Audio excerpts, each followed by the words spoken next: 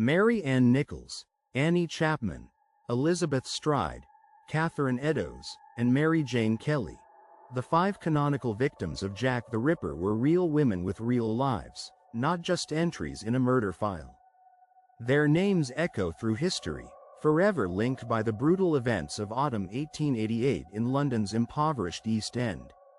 Yet, for over a century, their stories were largely overshadowed, their humanity often forgotten in the shadow of their killer's legend.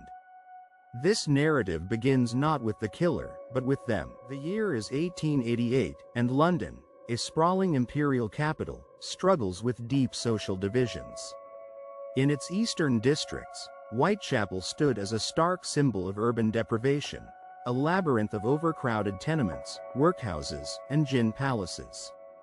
For thousands, life was a daily struggle against destitution, made worse by lack of opportunity and systemic neglect. This was the world where these 5 women fought for survival. Before they became the canonical 5, these women were daughters, wives, and mothers, each with her own history of hope and hardship. Mary Ann Nichols was a mother of 5, Annie Chapman a widow fallen on hard times. Elizabeth Stride sought a new life after leaving her husband, while Catherine Eddowes juggled casual work with caring for her children. Mary Jane Kelly, the youngest, dreamt of escaping the streets.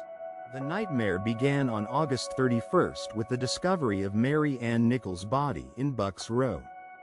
Her throat had been cut, and she was terribly mutilated. Just over a week later, Annie Chapman met the same gruesome fate in Hanbury Street.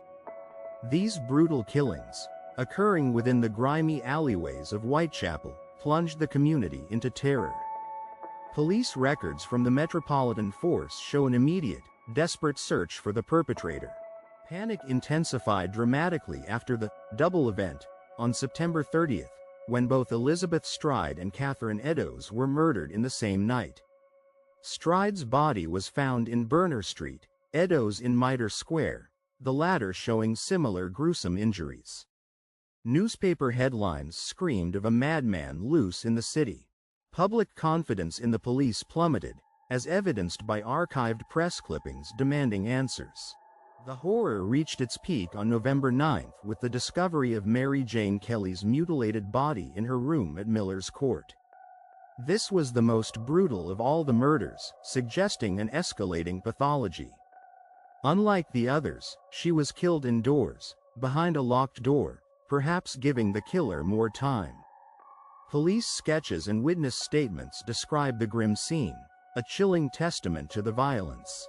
For decades, the victims were largely reduced to footnotes in the grand, sensationalized narrative of Jack the Ripper. Their lives, their struggles, and their individual stories were often obscured by the macabre fascination with the unknown killer. Modern historians and biographers, however, are now painstakingly working to reclaim their humanity. They delve into census records, workhouse ledgers, and family histories, giving voices back to these silenced women. These women were not simply prostitutes, they were individuals caught in the brutal grip of Victorian poverty. Many resorted to casual street work, not as a profession, but as a desperate means to survive. Their vulnerability stemmed from a rigid social structure that offered little safety net for the poorest women. Records illuminate a society that failed them long before the killer found them. The Whitechapel murders left an indelible mark on London and on the collective consciousness, leading to significant calls for social reform and improved policing. Yet, the persistent allure of the killer's mystery often overshadows the profound human tragedy. Today, their names are being spoken again, not just in the context of their deaths, but as testament to their lives.